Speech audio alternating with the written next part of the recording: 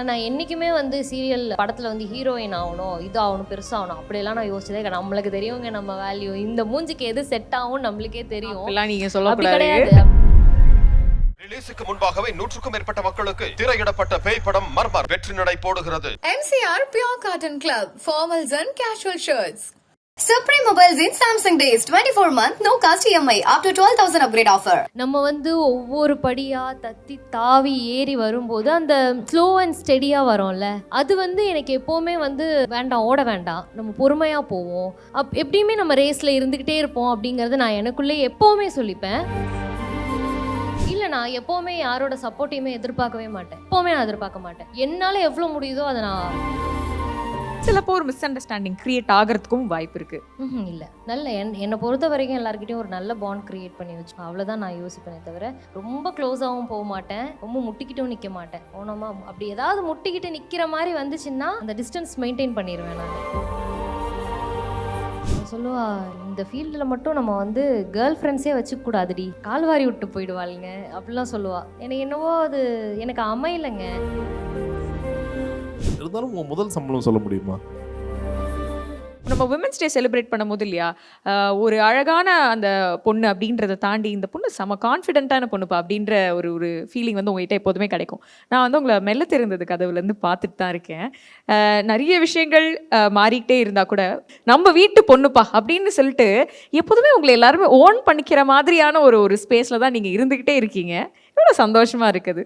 சீரியஸாக ரொம்ப சந்தோஷமாக இருக்குது. ஏன்னா ஒரு சினிமா பேக்ரவுண்ட் இல்லாமல் ரொம்ப தத்தி தாவி தடுமாறி ஏறி வந்திருக்கோம்ல. நிறைய பேருக்கு இந்த ஆப்பர்ச்சுனிட்டிங்கிறது வந்து ரொம்ப ஈஸியாக கிடச்சிருது. நம்ம வந்து ஒவ்வொரு படியாக தத்தி தாவி ஏறி வரும்போது அந்த ஸ்லோ அண்ட் ஸ்டெடியாக வரும்ல, அது வந்து எனக்கு எப்போவுமே வந்து வேண்டாம், ஓட வேண்டாம், நம்ம பொறுமையாக போவோம், எப்படியுமே நம்ம ரேஸில் இருந்துக்கிட்டே இருப்போம் அப்படிங்கிறத நான் எனக்குள்ளே எப்போவுமே சொல்லிப்பேன். ஏன்னா நம்ம கண்கூட பார்க்குறோம் எவ்வளோ பேர் டக்குன்னு வந்து டக்குன்னு போகிறாங்க, சர்ருன்னு ஏறுவாங்க, டமால்னு விழுந்துருவாங்க. எனக்கு முன்னாடி வந்தவங்க ஃபீல்டில் இருக்கிறாங்களா இல்லையான்னு எனக்கு தெரியல, ஏன் கூட வந்தவங்களே இருக்கிறாங்களா இல்லையான்னு நம்ம கண்கூட பார்த்துட்ருக்கோம். ஸோ இப்படி பொறுமையாக நம்ம போகிறதே நல்லது தான் அப்படின்னு எனக்கு தோணுது. அண்ட் அந்த standing up for yourself நம்ம பண்ணலாம், வேறு யார் பண்ணுவா, நம்ம தான் வந்து we have to stand up for our self அப்படின்ற அந்த ஃபீலிங் வந்து சிலப்போ கொஞ்சம் கஷ்டமாக இருக்கும். நம்ம யாராவது ஒருத்தங்க எனக்கு சப்போர்ட் பண்ணலாம் அப்படி தோணும். ஆனால் இல்லாதப்போ நம்ம தான் எந்திரிச்சு நின்று அந்த கேள்வியை கேட்டாகணுன்றது எப்படி அது? இல்லை, நான் எப்போவுமே யாரோட சப்போர்ட்டையுமே எதிர்பார்க்கவே மாட்டேன், எப்போவுமே நான் எதிர்பார்க்க மாட்டேன். என்னால் எவ்வளோ முடியுதோ அதை நான் பண்ணிடுவேன். என்னோடய ப்ரொஃபஷனலாக இருக்கட்டும், பர்சனலாக இருக்கட்டும். இப்போ வீட்டிலேருந்து கிளம்பும் போது என் பையனுக்கு ஏதாவது தேவைன்னா என்னால் முடிஞ்ச வரைக்கும் அதை நான் செஞ்சு வச்சுட்டு வருவேன். அதே மாதிரி ப்ரொஃபஷனலில் இந்த டைமுக்குள்ளே முடிக்கணும்னா என்னால் முடிஞ்ச வரைக்கும் அதை வந்து கரெக்டாக முடிக்கிறதுக்கு நான் பிளான் பண்ணி ஒர்க் பண்ணுவேன். ஸோ அதனால் நான் யாரையுமே வந்து எனக்கு இவங்க ஹெல்ப் பண்ணணும், இவங்க என் கூட இருக்கணும் அப்படின்லாம் நான் யாரையுமே யோசிக்க மாட்டேன். கூட ஒரு ஆள் வச்சுக்கிட்டு திரியிற பழக்கம்லாம் எனக்கு கிடையவே கிடையாது. அந்த அவமானம்னு சொல்லும்போது ஒரு அவமானம் நீங்கள் நான் என்றைக்குமே இதை மறக்க மாட்டேன், அது எனக்கு மோட்டிவேஷனாக நான் எடுத்துக்கிட்டு ஓடுறேன் அப்படின்ற அந்த மாதிரி இருக்கா? ஏன்னா சில அவமானம் கேன் பிரேக்கஸ், சில அவமானம் வில் மேக்கஸ். இல்லை, நான் அது பெருசாக நான் ஞாபகம் வச்சுக்கிறது கிடையாதுங்க. நான் தான் சொன்னேனே, நான் ரொம்ப டப்புன்னு ட்ராப் ஆகிடுவேன். எதையாவது ஞாபகம் வச்சுக்கிட்டேன்னா அது என் மனசில் அப்புறம் ஓடிக்கிட்டே இருக்கும். அது என்னை வந்து கீழே டவுன் பண்ணக்கூடாது. உங்களுக்கு எப்போச்சும் ஒரு இன்செக்யூரிட்டி இருந்திருக்கா? ஏன்னா அப்போ உங்களுக்கு என்னடா இது, இந்த சீரியல் சினிமா இது பயங்கரமாக பிரித்து பார்க்குறாங்க, இந்த லீக்லேருந்து அந்த லீக் போகிறது, இதனை ஒரு நம்ம தப்பாக முடிவு எடுத்துனோம் சீரியல் வரத்துக்கு, அந்த மாதிரி ஏதாச்சும் நீங்கள் யோசிச்சிருக்கீங்களா? இந்த ரெண்டுத்துக்கும் நடுவில் ஆடுற இந்த ஒரு ஆட்டம். இல்லை, பேசிக்காகவே வந்து நான் சீரியல் பண்ணணும்னு நினச்சி தான் வந்தது. நடுவில் என் ஃப்ரெண்டு வந்து ஷீ இஸ் டூயிங் மூவிஸ். அப்போது எனக்கு சொன்னால், வா மச்சான் நம்ம ட்ரை பண்ணலாம், இது கிடச்சதுன்னா ஓகே, நம்மளுக்கு லக்கு தானே. ஆனால் நான் என்றைக்குமே வந்து சீரியல் படத்தில் வந்து ஹீரோயின் ஆகணும், இது ஆகணும், பெருசாகணும் அப்படியெல்லாம் நான் யோசிச்சதே கிடையாது. நம்மளுக்கு தெரியுங்க நம்ம வேல்யூ, இந்த மூஞ்சிக்கு எது செட் ஆகும் நம்மளுக்கே தெரியும். நீங்கள் சொல்ல அப்படி கிடையாது. நம்ம வந்து முட்டி மோதி வரலாம். ஒரு ஹீரோயின் ஆகணுங்கும் போது அதுக்கு பின்னாடி நிறைய சாக்ரிஃபைசேஷன் இருக்கணும், அதுக்கு பின்னாடி நிறைய ஹார்ட் ஒர்க் இருக்கணும், நிறைய க்ரூமிங் இருக்கணும், அந்த அளவுக்கு ப்ரையாரிட்டிஸ் நிறைய பண்ணணும். அண்ட் நம்ம இருக்கிற ஸ்டேஜ்லேருந்து கொஞ்சம் எக்ஸ்ட்ரா ஸ்டேஜஸ்க்கு மூவ் ஆகுற மாதிரி இருக்கும். நிறைய விஷயங்கள் நம்ம விட்டு கொடுக்குற மாதிரி இருக்கும். அதெல்லாம் என்னால் கண்டிப்பாக பண்ணவே முடியாதுன்னு எனக்கே தெரியும். அதனால் வந்து நான் இந்த ஹீரோயின் கேட்டகரிக்கெல்லாம் நான் என்றைக்குமே போனது கிடையாது. நான் நல்ல ஒரு குணச்சித்திர நடிகைங்கிற பேர் வாங்கினாலே எனக்கு போதும். ஸோ வந்து இப்போது மல்டி ஸ்டாரர் அப்படின்னு பண்ணும்பொழுது 2 விஷயம் நடக்கிறதுக்கான வாய்ப்பு இருக்குது. நல்ல ஒரு ஃப்ரெண்ட்ஷிப், சூப்பர் கேங் அப்படி செட்டாகிறதுக்கும் வாய்ப்பு இருக்குது. சிலப்போ ஒரு மிஸ் அண்டர்ஸ்டாண்டிங் க்ரியேட் ஆகிறதுக்கும் வாய்ப்பு இருக்குது. அந்த மாதிரி ஏதாவது மிஸ் அண்டர்ஸ்டாண்டிங் இருந்து கடந்து வர மாதிரி சூழ்நிலைகள் இருந்திருக்கா சீரியல் நடிக்கும் பொழுது? இல்லை இல்லை, நல்ல என்னை பொறுத்த வரைக்கும் எல்லாருக்கிட்டையும் ஒரு நல்ல பாண்ட் க்ரியேட் பண்ணி வச்சுக்கணும். அவ்வளோதான் நான் யோசிப்பேனே தவிர ரொம்ப க்ளோஸாகவும் போக மாட்டேன், ரொம்ப முட்டிக்கிட்டும் நிற்க மாட்டேன். போனோமா அப்படி ஏதாவது முட்டிக்கிட்டு நிற்கிற மாதிரி வந்துச்சுன்னா அந்த டிஸ்டன்ஸ் மெயின்டைன் பண்ணிடுவேன் நான். நீ கிட்ட போனால் தானே முட்டும், நான் டிஸ்டன்ஸ்லேயே இருந்துக்கிறேன், நீ அங்கேயே இருந்துக்கோ, நான் இங்கேயே இருந்துக்கிறேன், ஹாய் பாய் சொல்லிட்டு போயிடலாம், அவ்வளோதான். பட் இதையும் தாண்டி க்ளோஸ் ஃப்ரெண்ட்ஸ் இண்டஸ்ட்ரியிலேருந்து அப்படி ஒரு நல்ல ஒரு பாண்டிங் டெவலப் ஆயிருக்கு, நல்ல ஒரு ஃப்ரெண்ட்ஷிப் இருக்குன்னா யார் சொல்வீங்க? எனக்கு பெருசாக க்ளோஸ் ஃப்ரெண்ட்ஸ் கிடையாது இண்டஸ்ட்ரியில், கிடையவே கிடையாது. என்னோடய ஃப்ரெண்டு ஒருத்தவ இருக்கா, ஹென்ஷான்னு சொல்லிட்டு, she is like my family. அவள் சொல்லுவா, எடி இந்த ஃபீல்டில் மட்டும் நம்ம வந்து கேர்ள் ஃப்ரெண்ட்ஸே வச்சுக்கூடாதுடி, கால்வாரி விட்டு போயிடுவாளுங்க அப்படிலாம் சொல்லுவாள். எனக்கு என்னவோ அது எனக்கு அமையலைங்க. ஆனால் எனக்கு இந்த PS2 வந்து Sathya Sai, she is very close to me. அவள் கூட நான் நிறைய ஷேர் பண்ணிப்பேன். என்னோடய சிஸ்டர்கிட்ட நான் எவ்வளோ ஷேர் பண்ணுறனோ அந்த மாதிரி எல்லாத்தையுமே ஷேர் பண்ணிப்பேன் நான். இன்றைக்கி ஜிம் வந்தியா, இன்றைக்கி என்ன பண்ண, இது பண்ணியா, அது பண்ணியா, எல்லாமே.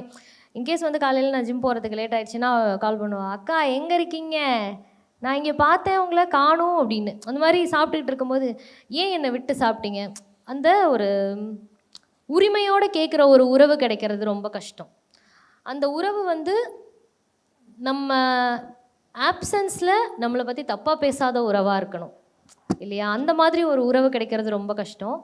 அந்த மாதிரி ஒரு பாண்டிங் தான் எனக்கும் சத்யசாய்க்கும். PS2 வந்து அந்த லாஸ்ட் தங்கச்சி கேரக்டர் பண்ணிக்கிட்டு இருப்பாங்க அந்த பொண்ணு. எய்த்து விட்டு பையனோட சினிமாக்கெலாம் போயிட்டு வராங்களே அவங்க தானே? சரி, பட் சில பேர் வந்து கொஞ்சம் ஆட்டிடியூட் த்ரோ பண்ணுறதுக்கும் வாய்ப்புகள் இருக்குல்ல. எந்த சீரியல் அப்படிலாம் நான் கேட்கல, ஜென்ரலாக மீடியா இண்டஸ்ட்ரியில் இருக்கும்பொழுது எங்கேயோ ஒரு நம்மளை டிஸ்ரெஸ்பெக்ட் பண்ணுற மாதிரியோ இல்லைனா நம்மக்கிட்டே ஆட்டிடியூட் காட்டுறாங்களா அப்படி அந்த மாதிரி வரும்பொழுது அப்படியே நகர்ந்து அப்படி ஓடிடுவீங்களா, இல்லை என்னது இது இப்படி இப்படின்னு சொல்லிட்டு சிரிச்சுட்டு போயிடுவீங்களா? எப்படி அதை ஹேண்டில் பண்ணுவீங்க? இல்லை, சம்டைம்ஸ் டைரெக்டாகவே நிறைய பேர் சொல்லுவாங்க, அந்த ஆட்டிடியூட் வந்து தெரியும் நம்மளுக்கு. அந்த இடத்துல வந்து நான் ஏதாவது சொல்லி அதுக்கு எனக்கு பேக் ஃபயர் ஆகிற மாதிரி இருந்துச்சுன்னா சரி ஓகே, என் மேலே தான் தப்புன்னா சாரி கேட்டுருவேன் நான். சாரி நான் தெரியாமல் சொல்லிட்டேன் அப்படின்னு நான் சாரி கேட்டுருவேன். இல்லைன்னா நான் அந்த இடத்த விட்டு போயிடுவேன், காமாக சிரிச்சுட்டு நான் பாட்டு. நடந்திருக்கா அந்த மாதிரி ஆட்டிடியூட் த்ரோ பண்ணியிருக்காங்களா? எஸ் நடந்திருக்கு. அது யாருக்குமே அது நடக்காமலாம் இருக்காதுங்க, எல்லாருமே அந்த ஒரு லெவலை க்ராஸ் பண்ணி தான் வருவோம். நடந்திருக்கு. சரி, இப்போது உங்களை பற்றின நிறைய கேள்விகள் ரொம்ப அழகாக கேட்டோம்.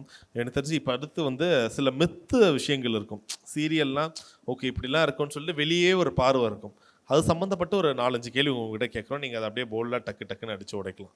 ஒரு சீரியலில் நடித்தாவே போதும்பா, ஒரு 3-4 வருஷம் ஓடுற மெகா சீரியலில் நடித்தாவே போதும், லைஃப் செட்டில் ஆகிடலாம். ஆஹா, இல்லை இல்லை.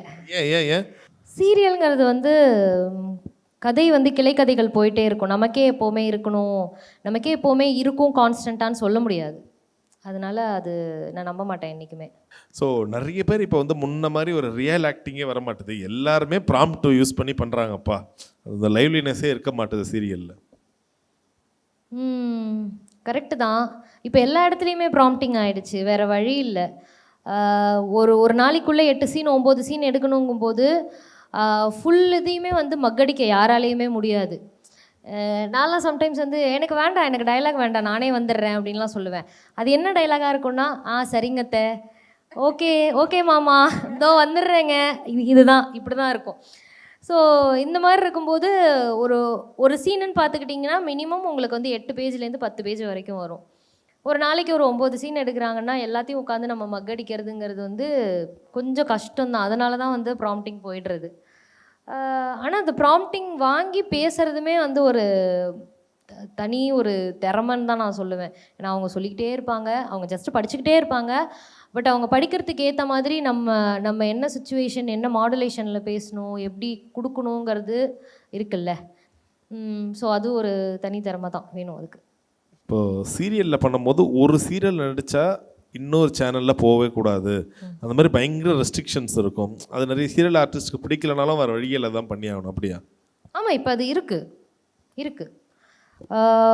ஒரு சேனலில் நடித்தா இன்னொரு சேனல் போகக்கூடாது, ஒரு சீரியல் நடித்தா இன்னொரு சீரியல் பண்ணக்கூடாது, அந்த மாதிரி நிறைய இஷ்யூஸ் இருக்குது. உங்களுக்கு ஆசையா ஒரே நேரத்தில் பண்ணணும் அந்த மாதிரி வாய்ப்புகள்லாம் வரும்போது? நான் பண்ணிகிட்டு இருந்தேன் அந்த மாதிரி. நான் ஒரே டைமில் வந்து 3 சீரியல் 3 சேனலில் பண்ணிக்கிட்டு இருந்தேன். சன் டிவியில் ஒரு சீரியல் பண்ணேன், ஜீ தமிழில் ஒரு சீரியல் பண்ணேன், சன்லே 2 பண்ணேன், ஜீ தமிழில் 1 பண்ணேன், விஜயில் 1 பண்ணேன். அந்த மாதிரிலாம் பண்ணிக்கிட்டு இருந்த காலகட்டங்கள் இருந்துச்சு. இப்பயுமே இருக்குது. இந்த மெயின் லீடு பண்ணாமல் கேரக்டர்லாம் பண்ணுறாங்கல்ல, மேபி அவங்களுக்கு வந்து வாய்ப்புகள் இருக்கும்னு நான் நினைக்கிறேன். சீரியலில் வந்து முன்ன மாதிரி இல்லைப்பா, இப்போ ரொமான்ஸ்லாம் கொஞ்சம் அளவுக்கு மீறி போகிற மாதிரி தெரியுது. ஆமாங்க, ஆமாம் இருக்குது. எனக்கு தெரியல, ஏன்னா நம்மளோட கதை வந்து ஃபேமிலி ட்ராமாங்கிறதுனால நம்மளுக்கு ரொமான்ஸுக்கே வாய்ப்பே கிடையாது. உச்சபட்ச ரொமான்ஸே வந்து கையை பிடிக்கிறது, தோளில் சாயறது, அவ்வளோதான். பட் நிறைய சீரியல்ஸில் நானும் பார்க்குறேன், பயங்கர ரொமான்டிக் சீக்வன்ஸ்லாம் போதும். ஆனால் எப்படி உட்காந்து வீட்டில் பார்க்குறாங்கன்னு தான் தெரியல. எங்கள் வீட்டிலலாம் வந்து டிவி பார்க்கும்போது இப்போ கிடையாது, முன்னே டிவிலாம் பார்க்கும்போது இந்த படத்துலேயே வந்து ஹக் பண்ணுற மாதிரி சீக்வன்ஸ்லாம் வந்தால் எங்கள் மாமா சொல்லார், பாப்பா போய் தண்ணி எடுத்துகிட்டு வா அப்படிம்பாரு. அப்போ தான் நம்மள்ட்ட எதுனா வந்து ஒர்க்கு சொல்லுவாங்க. அப்போல்லாம் அப்போ புரியல, இப்போ புரியுதுங்கிற மாதிரி இருக்குது அந்த மாதிரி சீக்வன்ஸ் எல்லாம். பட் இப்போ எல்லாருமே வந்து எப்படி அதை பார்த்து எப்படி கடந்து போகிறாங்க குழந்தை பிள்ளையெல்லாம் வச்சுக்கிட்டுங்கிறது தெரியல.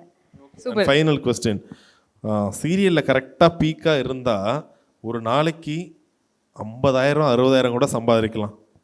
நல்ல எக்ஸ்பீரியன்ஸ் ஆர்டிஸ்டாக இருந்தால் படமெல்லாம் நடித்து அதுக்கப்புறம் சீரியல் வந்து எக்ஸ்பீரியன்ஸ் ஆர்டிஸ்டாக இருந்தால் மேபி வாங்கலாம் அப்படிங்கிறது என்னோட கருத்து.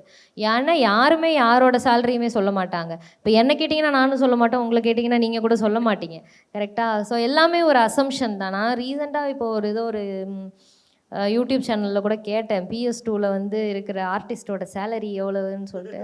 உங்களுக்கு எவ்வளோ போட்டிருந்தாங்க? அமோகமாக போட்டிருந்தாங்க. உங்களுக்கு எவ்வளோ போட்டாங்க? நான் வந்து இது 35 40 ஒரு நாளைக்கு.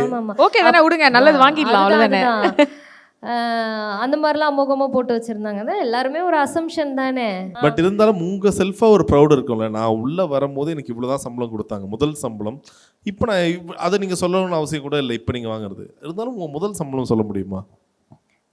250 rupees ஒரு நாளைக்கு. என்ன நியூஸ் ரீடிங். ஓகே, ஒரு ஷெட்யூல் படித்தோன்னா, ஒரு ஸ்லாட் படித்தோன்னா 250 rupees. சூப்பர். நீங்கள் சொன்னீங்களே கமிட்மெண்ட்டில் ஓடிக்கிட்டே இருந்தேன், வந்தால் போகிறது தெரியாது அப்படின்ற மாதிரி. என்னைக்காவது நிறுத்தி எனக்கு இதெல்லாம் வாங்கணும்னு ஆசையாக இருக்குது ஆனால் வாங்க முடியல அப்படின்றத யோசிச்சு அதுக்கப்புறம் ரொம்ப நாள் கழிச்சு அதை வாங்கிக்கிட்டிங்களா? நிறைய வாங்கியிருக்கேன். எனக்கு இந்த ஃபோனே பாருங்களேன், ஃபோனே எனக்கு வாங்கணுன்னு ரொம்ப ஆசை. நல்ல ஒரு டச் ஃபோன் வாங்கணும், நல்ல ஐஃபோன்லாம் வாங்கணுன்னு ரொம்ப ஆசை. அது இப்போ ரீசெண்டாக 1 இயருக்கு முன்னாடி தான் நான் ஐஃபோனே வாங்கினேன். எனக்கு ஐஃபோன் வாங்கணுன்னு ரொம்ப ஆசை. அது கூட சதீஷ் தான் வந்து இது பண்ணி வாங்கி கொடுத்தாரு. ஸோ வாங்கிக்கோ, எல்லோரும் வச்சுருக்காங்க, நீ மட்டும். ஏன்னா சில விஷயங்கள் வந்து நம்மளோட ஸ்டேட்டஸை காமிக்கும்னு சொல்கிறாங்க. இப்போ நம்ம போடுற செருப்பு, நம்ம கட்டுற வாட்ச்சு, போடுற ட்ரெஸ்ஸு, கையில் இருக்க ஃபோனு, காரு. சரி ஓகே, நீ 4 இடத்துக்கு போகிற, வாங்கு அப்படின்னு சொல்லி கொஞ்சம் இன்சிஸ்ட் பண்ணி வாங்கினது தான் அந்த ஐஃபோன். அந்த மாதிரிலாம் நிறைய விஷயங்கள் எனக்கு வாங்கணும்னு ஆசைப்பட்டு, நமக்கு அதான் சொல்கிறேன்ல, அந்த கமிட்மெண்ட்டில் போயிடும். வாங்கி இந்த காசு இதுக்கு கொடுக்கணும், இந்த காசு இதுக்கு கொடுக்கணும்னு அப்படியே ஹோல்ட் பண்ணி, இப்போது நமக்கு அது எதுக்குன்னு தோன்ற டைமில் அதெல்லாம் கிடைக்குது.